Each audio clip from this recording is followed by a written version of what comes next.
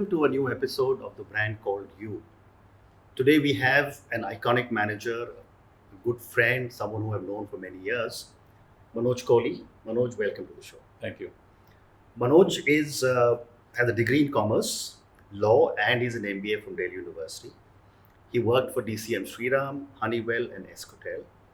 Then he was managing director of Bharti Enterprises. He's currently the executive chairman of SB Energy, and he is a much awarded and recognized individual globally. Manoj, delighted to have you on the show. You have accomplished a lot in the last 4 decades.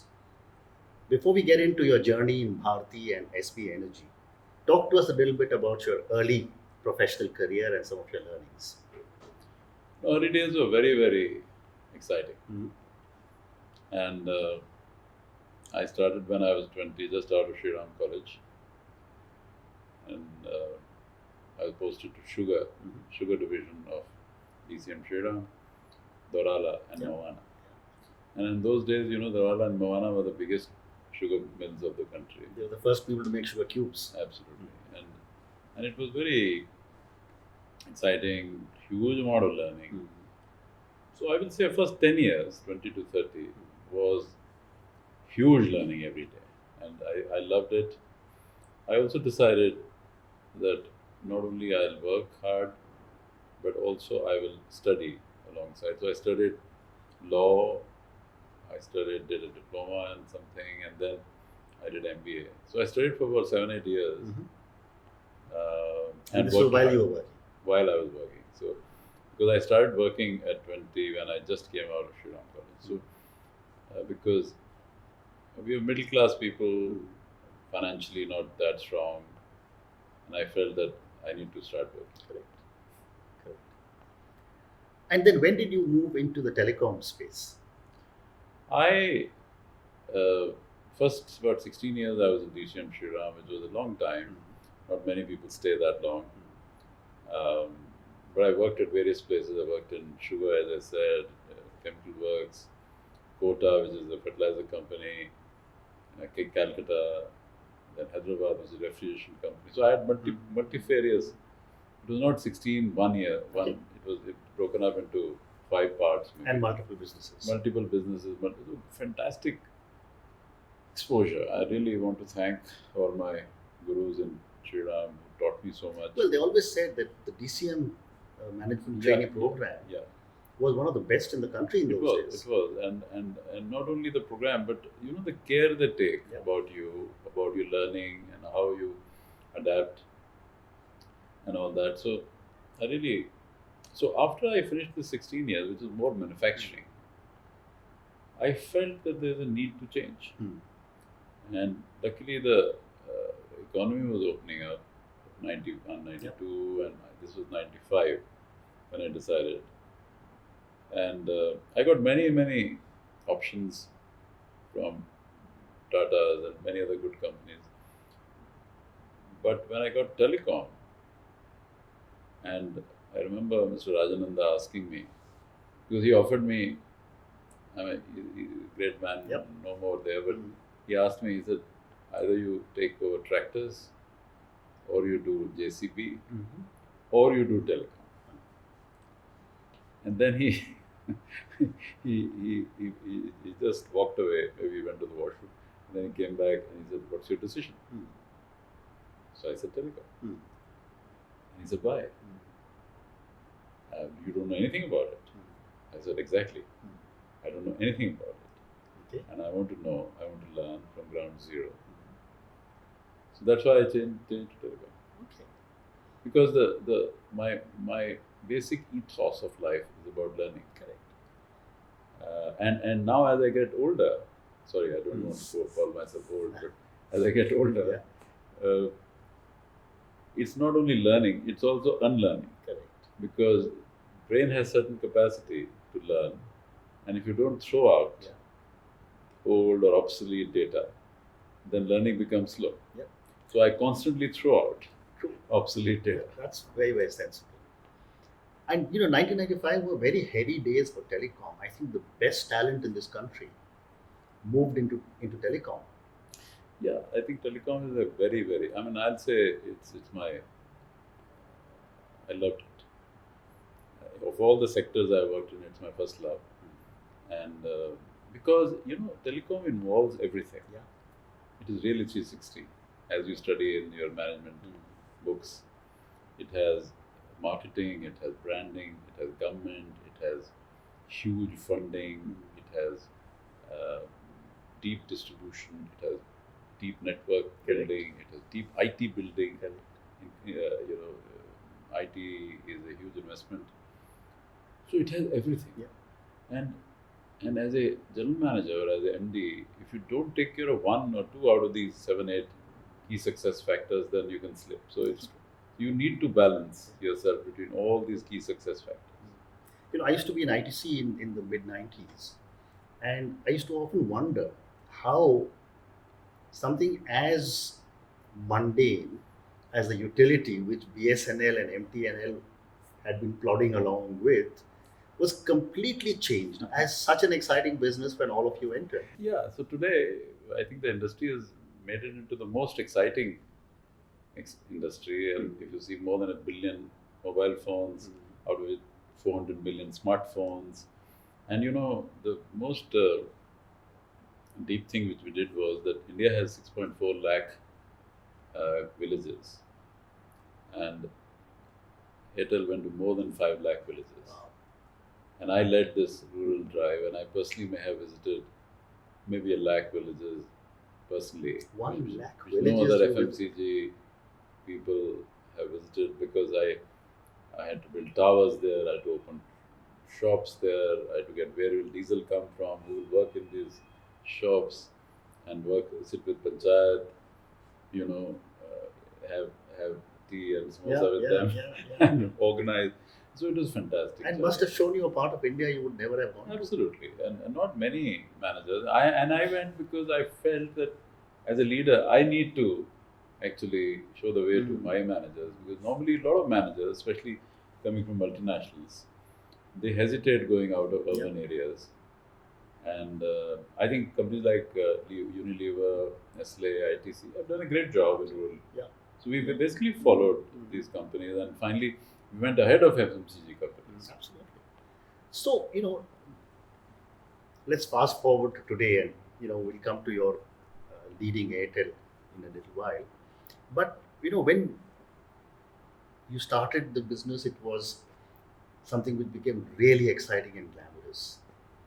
25 years later, 20, 25 years later, is the business getting commoditized again with just 3 players left? And what is happening in this business now?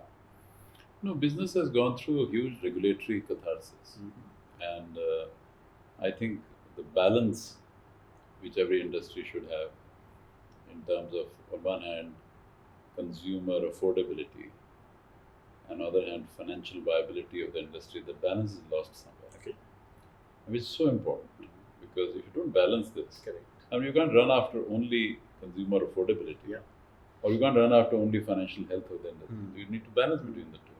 And I think this didn't get achieved because of many reasons. And that's why industry went down. But I think the bottom is behind us, and the industry is coming back. I feel in the next couple of years, industry should be back to health. And India doesn't need, frankly, more than 3 players. I mean, that's enough. And Right. 3 players have to work hard to get deep into Indian nation, every country, every village, every city, every deep indoor coverage with 4G, and now 5G is coming up. And they have to also invest hugely into new technologies, not only in license fee but also in networks. So I'm saying 3 is the right number for India.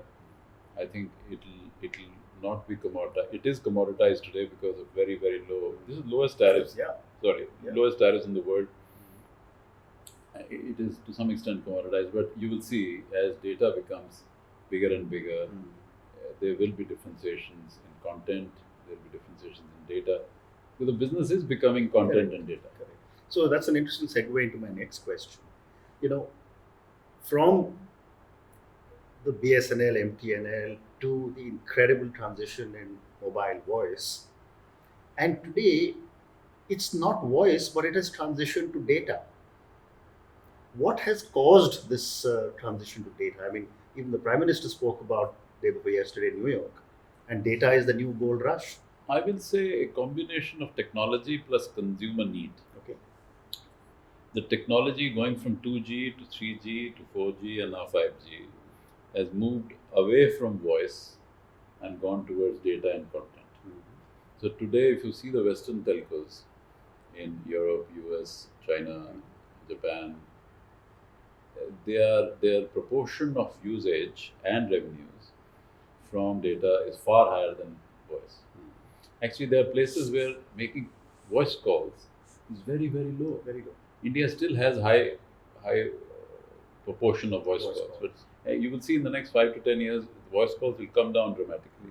Data will go up dramatically. Content will go up dramatically, and that's happening already. Correct. India's content usage or data usage is maybe the highest in the world, even bigger than Really? higher than US. So already it's moving, but voice is also high. So I feel that change will happen sooner So than later. then help me understand. I mean, for all the thousands of people who listen to us and will be listening to you very carefully,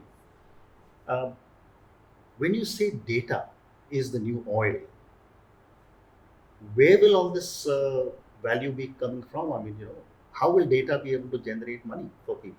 Data is already generating huge money. Okay. And I feel this hunger for data of a normal consumer is humongous. There's so much hunger. The utilization by even a villager, leave alone an urban guy, is so high, which means he really is hungry, he or she is hungry for videos, hungry for data, hungry for e-commerce, um, hungry for internet usage, searches. I am seeing huge change in consumer behavior. Okay. Small towns the housewives are going towards online shopping. And online shopping is really building up dramatically. And that's data. How apps are made, how friendly they are, how simple they are, how a person who's not very educated is able to utilize it and make order, send payments, receive payments. I'm saying it is fantastic. Life is becoming so simple. In one phone, in one instrument, you got 100 services. Correct. And many other sectors are becoming obsolete. For example, camera. Yeah. Absolutely. There's so many other sectors like that which are becoming obsolete because this one instrument device has everything. Correct. And consumer find it very, very useful. So data per se it will be the biggest output of this device because the consumer is hungry and the technology is fantastic. And it's creating a whole new set of jobs. Absolutely. Which were So completely unimaginable. future job scenario will be much less brick and mortar and much more content, data, e-commerce. And that's happening. India is seeing that transition now. Yeah. So one more question on your telecom journey before we move to your energy journey. You led Airtel in Africa, and Africa is now being seen as the next set of tigers in the world. Tell us a little bit about your experience in Africa and what do you think of that as a market? Africa will be a huge market. Africa, in terms of the population, will be bigger than China and India. Africa as a landmass is also bigger than China and India. Correct. So that you're right, that's the next frontier, or the final frontier of the world. Okay. When we went, Airtel went to Africa, we acquired Zain for $10.7 billion acquisition, and we had 17 countries. So when I shared with Sunil that I would like to go, he was a bit surprised because I was already doing well in India, and he said, "How will you leave India and how will you adapt to Africa?" So I said, my mind actually only looks at future, doesn't look at past. So maybe it'll take me a day or two to move into future. and then I'll cut it off very clinically and just look at future and Africa. So I learned a lot in Africa. I was there for about 4 years and built huge amount of uh, new initiatives. We built a brand called Airtel, which is zero Yeah. there. So Yeah. I think today, if you go to Africa, you It's find everywhere. Airtel everywhere. Absolutely. We built new networks from 2G into 3G and 4G now. We build new relationships with government and, of course, distribution and, of course, many other stakeholders. Um, the only issue which has been my biggest learning in Africa is that the market and the consumer behavior is very, very different from India. And maybe that is the only And what would the difference be? miscalculation I may have made when I went there. The elasticity of demand in India for a telecom customer or a mobile customer is more than one, Okay. which means that if you reduce tariff by 10 paisa, within 3 months or so, you will get higher usage Okay. of more than 10 paisa. I see. Which means you get back Yeah. 10 paisa, it could be 11, it could be 12. In Africa, we did all these pilots in various countries and it didn't happen. Okay. And that actually was something which I miscalculated. Or was it new learning? Was a new learning. Yeah. And you always go through such experiences Yeah. in life. So therefore, it's a different place and it's a different continent. Yeah. But a very exciting continent. Every country in Africa, And like you visited 100,000 villages here, how many other countries did you visit in Africa? no, about 25 countries, 17 were Airtel countries, and there were another 4, 5, 6 countries where we wanted to go into. But each country is so unique, like India, each state is so unique. So Nigeria, for example, was our biggest market, a very tough market. Congo was our second biggest market, again a very tough market.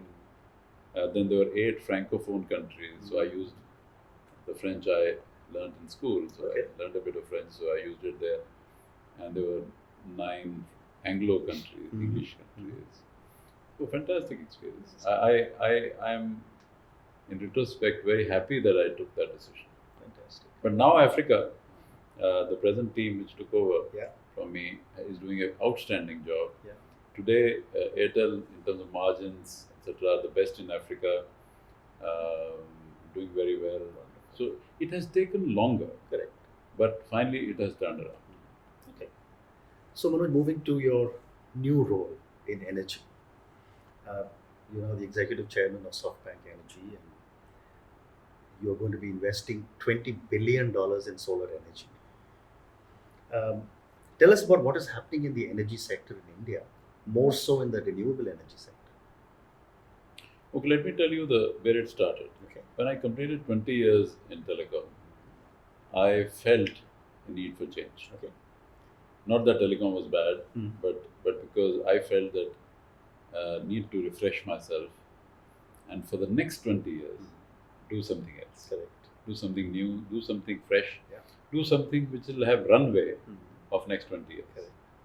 So I studied about 10, 12 sectors, and I found renewable energy as the only sector which actually passes that criteria. Okay. And then, as luck will have it, we met Masa. And Masa and Sunil are great friends. And Masa said, I had met PM Modi in Tokyo, and I promised 20% of his goal, which is 20 gigawatt out of 100 gigawatt. So, but I need somebody to lead this business. So, Sunil and me, fortunately, had discussed this for earlier 2-3 months, and because I was doing some research, I went to US, I visited largest solar plants of the world, largest wind plants of the world, and I loved it because not only it's a new industry, but also it's good for society, and that's what I wanted to do. So Yeah. So it was. I think we shook hands, and I think I was the first employee in this Okay. company. Okay. So building it from ground zero, Yeah. I think is the most exciting I thing. can you can imagine. do. And a lot of managers, I don't know why, they feel a bit scared because they're used to huge company, The huge infrastructure, setup, yeah, infrastructure. yeah. But I, on the other hand, I feel great that I start from zero and then brick by brick build a new Fantastic. business, a new model, a new culture, everything. So it's been nearly 4.5 years. It's been fantastic time of learning and unlearning of a lot of things I Yeah. knew Yeah. for the last 40 years. And I really feel that the future, and I'm talking of next 20, 30 years, future energy transformation is going to be the biggest transformation in the world. Okay. It is number one transformation in the world. There is another transformation which is happening, which is in the transport sector, where IC engine is going to EV.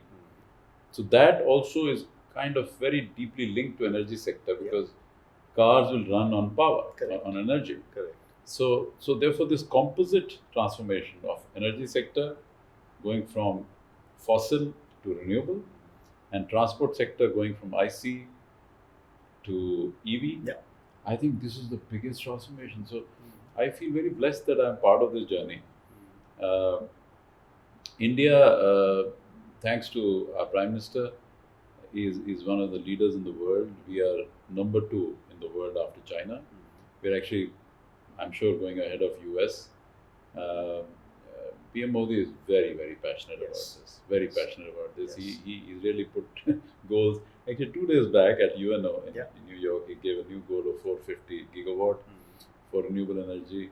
He's formed this international solar alliance along with President Macron. Both of them are leading it jointly.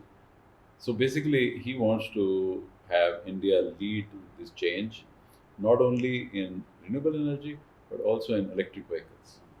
Interesting. Because these two are very, very important for our children and grandchildren because they need to go to the park to play in the evening. And breathe fresh air. It's so important for them to have clean air. I agree.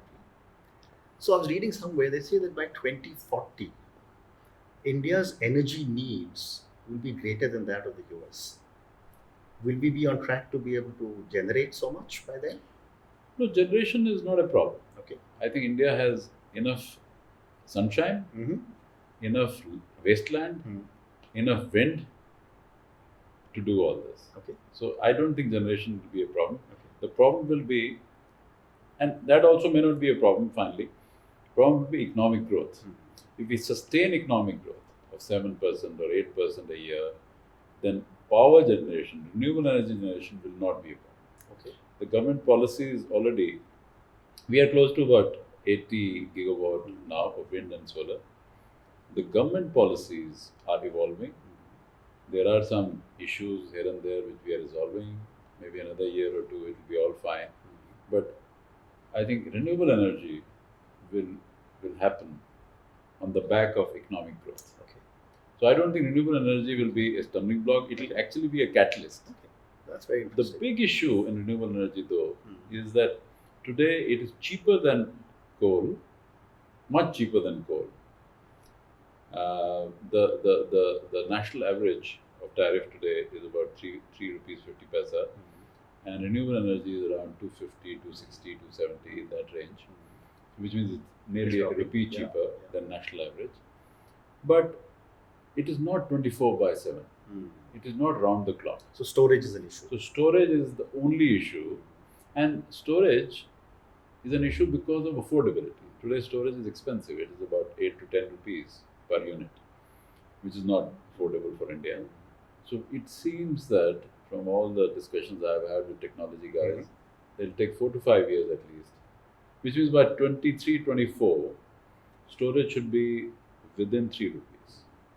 The moment storage becomes within 3 rupees, then with solar and wind already being affordable, we can offer a round-the-clock service from renewable energy, which will compete with all other base load of thermal or nuclear or whatever. And then I think the real race will start. And real transition will start then. Today it's pre-transition, I'll say. Understand. So, you saw telecom transitioning from very high prices to huge amount of competition to now 3 players. Do you see something similar happening in energy? Absolutely. Because there's so many players in energy today. Just like Telecom. Yeah. So initially you can have 50 players or 100 players. Finally, sustainability of these players will be tested.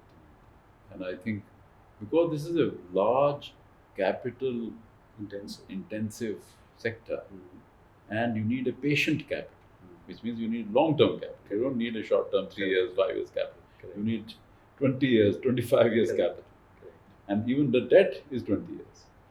So I think many companies, just like in Telecom, will fall by the wayside. Many companies will consolidate, become bigger. That transition will happen. Very interesting. So Manoj, now a few questions about you personally. You've been such a successful executive, professional, reached the peak in two different major companies or two major segments, seen as an industry leader. What is the reason for the success or the secret of the success? No, there's no secret. Actually, you can't have secret for success. I feel that what my parents taught me is coming true. And that's what I'm teaching I have two girls, so I teach my daughters the same. Yeah. It's 3H. Okay. It's honesty, Correct. hard work, humility. So if you do these three things consistently as a good habit, you succeed. Okay. Honesty, hard work, humility. That's the three very interesting words. Thank you. Question that I ask a lot of my guests, in fact all my guests, because a lot of younger people are watching this and they just assume someone as successful as you probably hasn't had any failures. So the question I ask everybody is, tell me your biggest learning from your biggest failure. Many failures. Any that you want to pick. If somebody says that he hasn't had failure, I think it's definitely a lie. Correct. It's a lie. Because I feel that either you can become a bank clerk. Sorry, I'm with you. I'm not demeaning anything. No, I'm with you. I saying understand. And you take will no have risks. No risk. Yeah. You study life, 9 to 5, Yeah. steady, and basically then you retire. Yeah. So that's one option you have. Other option is that you take risks in life. Of course, not stupid risks, but reasonable risks, calculated risks. And if 70-80% of the risks come true in terms of success, and maybe 20% don't come true, and you don't succeed, that's fine. Because you're not God, you can't do 100. Nobody can do 100 across the world. I mean, even Alexander, who was the greatest warrior in the world, he had failures. Yeah. Failure is good. I feel we have to love the failure, we have to embrace the failure, we have to pick up huge learnings from the failure. And actually, failure is the reason for long-term success. Correct. Because a lot of times people avoid failure. I don't know why. You shouldn't avoid. Because when you come out of the failure, you're stronger. You're more determined. You're more committed to success. Yeah. So I've had many, but as I was telling you about Africa, now I don't consider that as failure, but it was kind of a partial success. Because maybe we went into that journey with huge optimism. And when we came out, we were not that successful as we wanted to be. So to that extent, so there's a lot of learning. I think if I have to go back and pick up that journey again, I would be far more focused and far more rigorous and far more customized, country by country. And I'm sure we would have had bigger success if I had done that. So there's a lot of learning from that. So one last question to you. For a young 20-year-old starting out life today as a professional manager, you already said your 3H philosophy is important to succeed. Yeah. What else would you give them as advice for success? Yeah, so firstly, young people are very, very lucky. I really envy them. Because when we started, it was a different scenario. Completely different. Today, It's a very different scenario. Yeah. The environment is far more enabling, Yeah. but also the environment is far more competitive. So both ways, it's tough, it's easy and tough, and hence, if you are good, you will succeed. Yeah. So I just have two sets of advice for young people. One, that their focus has to be very acute on what they want to do in the first 10 years. So 20 to 30, you need to do one thing and have deep domain expertise to be achieved at the age of 30. Okay. So rather than do too many things, be generalist, etc., do one thing deeply, go deep, understand knowledge, experience, struggles. And by the time you're 30, you should say, yes, I know this. I have a domain expertise. And the world will respect you. The world will look at you differently. Sure. Which is very important. And what you select Yeah. is your own choice. I mean, in the sense, what you love to do, that is what you should select. Because if you love to do it, then you will excel in it. So that's first. Second is balance. Okay. Now, this is very sensitive subject because I observe a lot of youngsters around me not being balanced. And when I say balanced, I feel that, I have this story about 5 balls where one is a rubber ball and 4 are glass balls.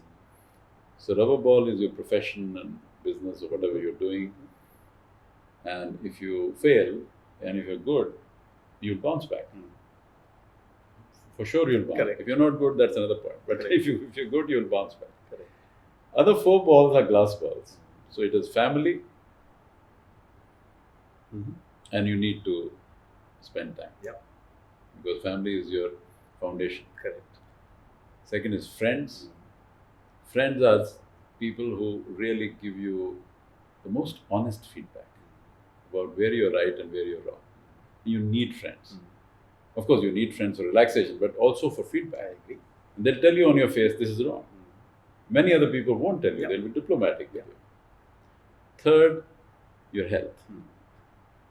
And I see a huge amount of weak health, or poor health. People don't take care of themselves, they're not fit, they have blood pressure and diabetes, and this early on, but even by 35, many managers have it. Absolutely. So they have to take care. They have to be very, very fit. Like I spend more than an hour every day on my fitness. Yeah. It's so important to do it. And last but not the least, your attitude, your spirit. Correct. Do you see glass half full or half empty? And glass is always half full. Yeah. Because you start with half full and you can make it full. So I'm saying it is your challenge to make it full. Yeah. To be optimistic, to be hopeful in life, and really create new things through your attitude, through your good, positive spirit, happy spirit, Yeah. is very, very important. So this balance between this rubber ball and 4 glass balls, and now I see the problem is that the focus is far more on the rubber ball and the focus on glass balls. So glass balls are falling and shattering. cracking, Yeah. and rubber ball, they don't want that to fall. Yeah. It's not a good news. Correct. Even if rubber ball falls, doesn't matter, it will bounce back. Right. But if glass balls fall, if the family has a problem, if the health has a problem, then you are I agree. actually, it's a permanent loss. I agree. So focus on one deep thing, Yeah. become a domain expert, and keep a balance, and save your 4 glass balls. Fantastic. Manoj, thank you very much. I think your words of wisdom are absolutely incredible. A lot of people will hear you and I'm sure will write back to us on the fact that they've really enjoyed hearing you. Thank you again for coming. Thank you. Thank you.